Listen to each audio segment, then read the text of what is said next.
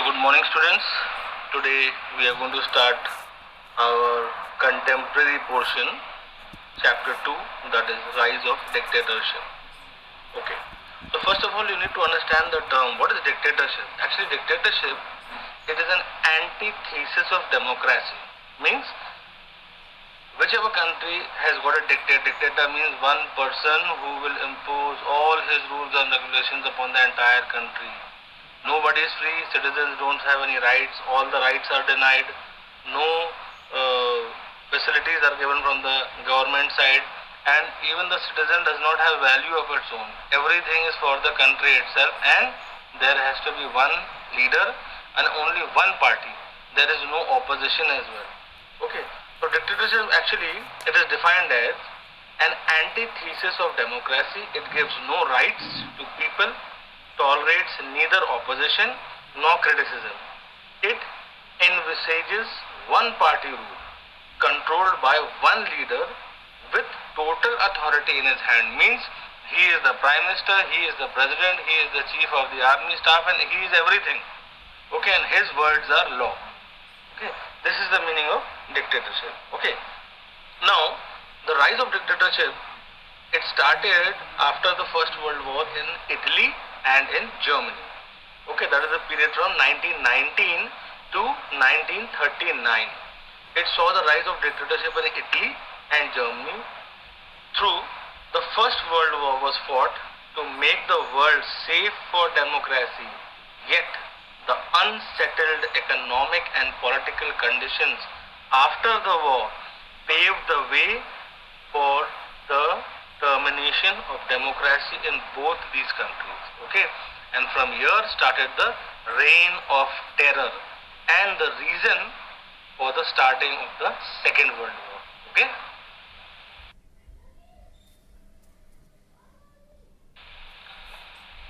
Now we need to study about the causes of the rise of dictatorship in Italy. Okay, first of all we are talking about Italy. Later on we will be discussing about Germany. Okay. Now what happened such in Italy that dictatorship came up? Now see, in Italy, totalitarianism emerged in the shape of fascism under the leadership of Benito Mussolini. It emerged as a movement in the post-World War first period, not only to meet the challenges of the international communist movement, but also to tackle the various economical, political and social problems which confronted Italy. The following were the main causes of the rise of fascism. Actually, what happened after the First World War, there were many governments which were formed, many coalition governments were formed, but no government who could handle the condition or could run Italy well. Eventually, what happened? Even Italy required a strong person who would control all the situations and bring the unrest to peace. Okay. Now, there are certain points which we will discuss, and accordingly you will understand what was the need for the rise of dictatorship in Italy. Firstly, dissatisfaction with the peace treaties.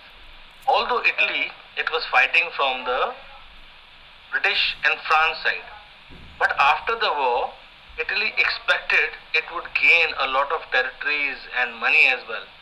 But in the treaties, nothing was given to Italy. Means nothing. You can say if little bit was given, that was not enough. So this dissatisfaction was in the mind of Italy, and that is the reason why Italy wanted to take revenge. Okay. Second was the economical crisis. Now during the war, it caused a great economic strain on Italy's economy. At the end of the war, thousands of soldiers discharged from the army, means they had become jobless, were now unemployed. Even the employed workers were underpaid. Underpaid means given less salaries. And their working conditions were not satisfactory at all. There was steep price rise and inflation in the country.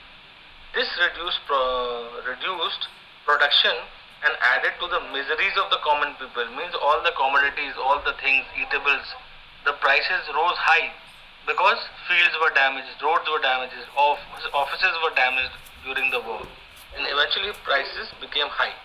People had less earnings, means money was less, and prices of things, commodities were high. So this brought a lot of problems. Okay. Moreover, war debts, the affected budgets hit them very worst. Trade and commerce declined. It appeared that Italy was heading towards a communist revolution, as happened in Russia. So the capitalists in Italy gave financial support to Mussolini in the rise of communism. Now, if the communists had come into existence, then all those who were the company owners or who were the factory owners, they would have been disregarded. Eventually, they also needed one strong man, and they found a strong man in Mussolini. So all the company owners, they contributed funds to give to Mussolini to start his party and to fight the election and to form the government. Okay, this was the support given by them, right?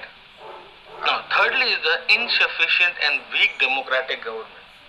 So after the elections, a parliamentary government based on the male adult franchise means only males were allowed to give their votes, not females. Okay. Was introduced in Italy for the first time, but the electorate failed to give a clear majority to any political party. So between 1919 and 1922, 6 coalition governments were formed in Italy. And there came a series of short-lived coalition governments. Coalition government means Mili-Juli Sarkar. So none of these governments could function properly, and eventually they fell. Thereafter, there came with neither consistency nor continuity in their policies. These governments were unable to deal effectively with the frequent strikes and riots in the country. So, in the communist-sponsored strikes, the workers often broke the machineries and captured the factories. But the general people and especially the industrialists were sick of these strikes and sabotages. They wanted strong leadership to handle the crisis, and this was provided by the fascist party under the leadership of Mussolini. Okay. Now, next is the fascist propaganda. It was in the situation that Mussolini formed the fascist party in March 1919. He was a journalist by profession. Journalist means patrakar.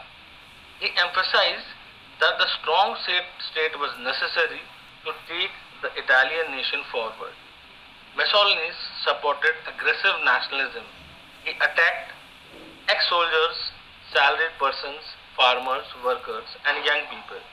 They formed different groups called fascistas, and the industrialists were willing to give him financial help if he fought against the communists and the socialists. In this condition, he was financed. He was given financial help. Next is the class conflicts. The economy was in crisis and the workers were agitated for higher wages and better conditions of work. Italy seemed to be heading towards a communist revolution. The businessmen, landlords and industrialists viewed the growing strength of labor unions with alarm. They provided financial support to fascism to suppress the workers. Otherwise, what would happen? These workers together in mobs would have gone to the homes of these rich businessmen, factory owners, and would have looted them or even killed them. This was a fear. That is why all these people, landlords, they supported Mussolini.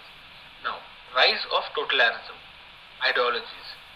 So the philosophy of Engels, that is, the great intellectual depth, has flourished in Italy for years, but irrational and anti-intellectual philosophies of Alfred Rocco appealed to the masses as it glorified power. In Russia, after the revolution of 1970, political power was in the hands of one party. So the government had been using terror to enforce obedience.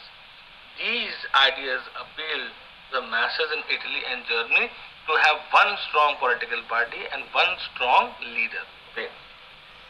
And the last is the charismatic leader. Charismatic means chamatkari. Leaders, if you listen to them, you will find how well they speak, how convincing their speeches are. So even Mussolini was a charismatic leader, and he was called Deuce. Deuce means leader. as he was able to attract, influence and inspire people by his personal qualities. So these were all the conditions for the rise of dictatorship in Italy.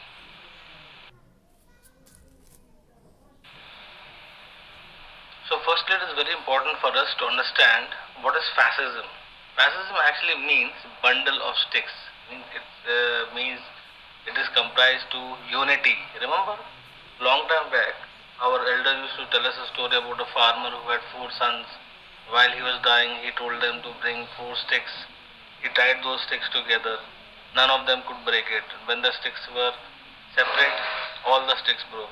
Okay, it means unity. Okay, a bundle of sticks. Okay, fascism means bundle of sticks. Strength lies in unity. Unity, strength, and authority are the watchwords of fascism. Thus, fascism is a system or form of dictatorship in which the whole authority of the state is vested in a single person. All citizens must obey him without any rhyme or reason. Now, when we talk about Mussolini's, in 1922 AD, the communists began a general strike in Italy. They created chaos and disorder everywhere. Mussolini formed his fascist party in March 1919, which attracted people from all sections of society. And among these people, there were ex-soldiers, means all those soldiers who had been removed from the First World War.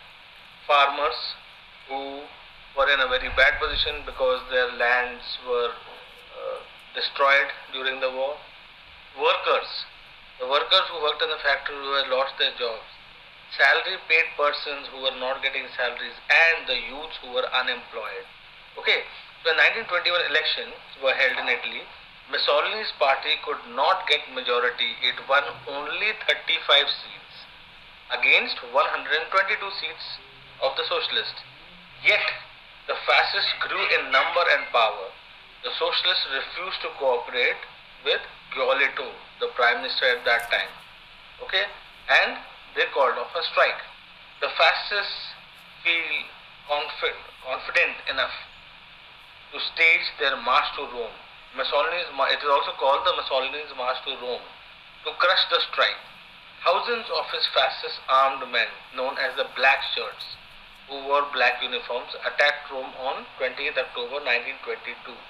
They took over whatever came their way. King Victor Emmanuel III of Italy, when he saw the growing power of Mussolini's, he invited Mussolini and appointed him as the prime minister. Mussolini became the real ruler of Italy. He declared himself as the Deuce. Deuce means the leader of the country. He began the reign of terror. The communists and the trade unions were arrested, imprisoned and executed. And this is how Mussolini started to rule over Italy. Okay? Okay children, here are some points about the principles of fascism. Okay? I have given a few points, highlighted points, which would help you while you study about them. I'll be explaining them now.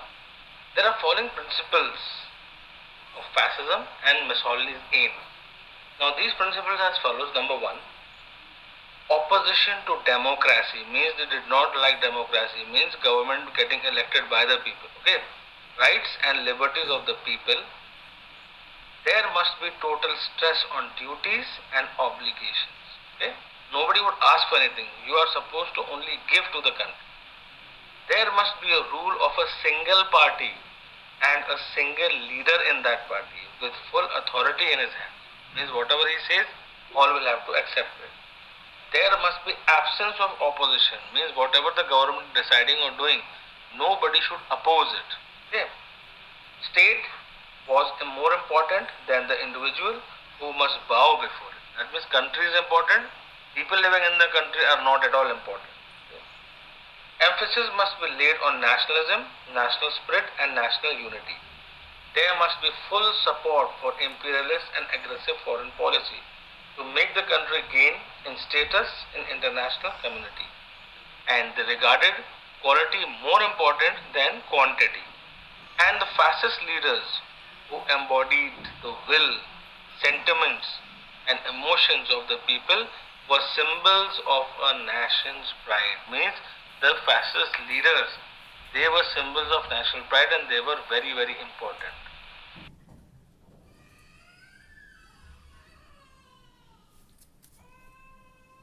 Now, we discussed about the impact of fascist dictatorship. Okay, what all things happened? Obviously, many good and many bad as well. Okay, so Benito Mussolini remained the dictator of Italy from 1922 to 1945 till his death. The impact of the rise of fascist dictatorship in Italy is mentioned below. Number one, restoration of law and order. As we had studied, that law and order had finished. Now, because of Mussolini's hardships and hardness, law and order was restored by banning all other political parties. Secondly, economic reforms and prosperity. Mussolini's economic policies laid emphasis on self-reliance. He brought the economy on track. He reduced government expenditure, improved basic infrastructure, means building up of factories, etc., and reclaimed land for agriculture. All those lands which had been destroyed, he had them leveled and asked the farmers to once again start growing crops. Obviously, now there was enough food in the country and also the raw materials were purchased and manufacturing of goods had started. Okay. So problems started to get reduced and people started to get employment and economy was generated. Okay. Now, aggressive foreign policy. Mussolini promoted national spirit in Italy through his fascio. He made military training compulsory for the youth and made efforts to enhance the naval power. He also followed the vigorous and aggressive foreign policy to revive the past glory of the Roman Empire. As we have known, the Roman Empire was the most powerful empire since thousands of years. Okay. And also, he used to proclaim Italy must expand or perish. This was his goal. Besides these positive impacts, there were many negative effects on fascism in Italy. All efforts were made to curb political freedom. After gaining power, Mussolini became a dictator and took all the military and civil powers into his own hands. All political parties except the fascists were banned. Press was censored. The freedom of speech and organizing meetings were also prohibited. Mussolini crushed his opponents brutally, means very harshly. But all this did not help him, and Italy joined the World War II against Britain and France and was defeated in 1943. With it, the fascists also came to an end. Rome was conquered by the Allies in 1944. So this was the impact, how they grew and how fascism came to an end in 1944.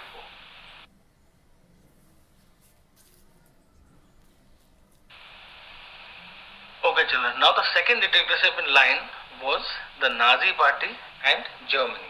Okay. Now, the rise of Nazism dictatorship. It is a great event in the world of history. Nazism is also known as Nationalist Socialism, and it was the German National Socialism. Refers primarily to the ideology and practice of the National Socialist Germany Workers' Party under Adolf Hitler and the policies adopted by the government of Nazi Germany from 1933 to 1945, a period also known as the Third Reich. Among the key elements of Nazism were anti-parliamentarism, pan-Germanism, welfare state ideologies who only was fit for Germans, racism, collectivism, anti-Semitism, opposition to economic liberalism and political liberalism, anti-communalism along with totalitarianism. These were the main concepts. Okay. Now, there are few points which increased the Nazi dictatorship and they are as follows. Firstly, the political instability in Germany. Why Nazism grew? Because of the political instability in Germany. After her defeat in the First World War, Germany also faced economical crisis, revolts, disorder, lawlessness, unemployment, rise of prices, etc. William Kaiser II who was the king of Germany, was unable to solve these problems. So he was forced to abdicate and he fled to Holland on November 10, 1918 to save his life because the people were going to kill him. So he ran away to save his life. And then elections were held. The new Constituent Assembly on January 19, 1990, which met at Weimar and adopted the new constitution, which set up a democratic government called the Weimar Republic. But it failed to solve the current problems of the Germans. Under the Weimar Republic, there existed political instability, means no political situation was controlled. Between 1919 and 1933 AD, 21 coalition governments were formed and fell. Democracy failed to give the relief to the people. The Germans felt that only one strong man could restore peace in Germany, and eventually that was Hitler. He promised a stable and a strong government. He won the support of the people. Moreover, Nazi party did not encounter any effective resistance as there was absence of any other strong political party in the country. Okay. Now, secondly is the reaction of the Treaty of Versailles. As you know, Treaty of Versailles was very harsh, humiliating and crippling for Germany. So what did Hitler do? In the first meeting, he took the Treaty of Versailles in his hand and he tore it apart and he said that we do not accept this treaty at all. That very day he announced that no war indemnity thereafter would be paid to any country, and he started his armament race as well. Okay, appointment of soldiers, started increasing his army, started making arms and ammunitions, and so the public was very, very happy because he promised them that the Germans will once again rise in their world and they will get their self-respect back. Okay, now thirdly, the economic disasters. Unemployment, inflation, price rise, ruin of German trade and industries, coupled with general world depressions, created an economic disaster of the worst order in Germany. The Germans' policy of borrowing failed to solve the economic crisis. To per capita, all German was to pay heavy war repatriations out of the crippled economy. Hitler promised relief to the people on the economic front and he won their confidence. And threat of communism as well. The communists in Germany tried to stage a revolution on the pattern of Soviet Revolution 1970. Hitler feared that if the communists succeeded in their plan in Germany, it will make her a satellite of Soviet Russia. So he exposed the communists before the people. As a result, they preferred to join Nazi party than the Communist party. And lastly is Hitler's dynamic policy. Okay. Now Hitler was a dynamic personality. He was influential, he was a great organizer, an excellent orator, means good to speak, and a tireless worker. His logic was convincing and his appeals touching, and reasons and the emotions of the people as well.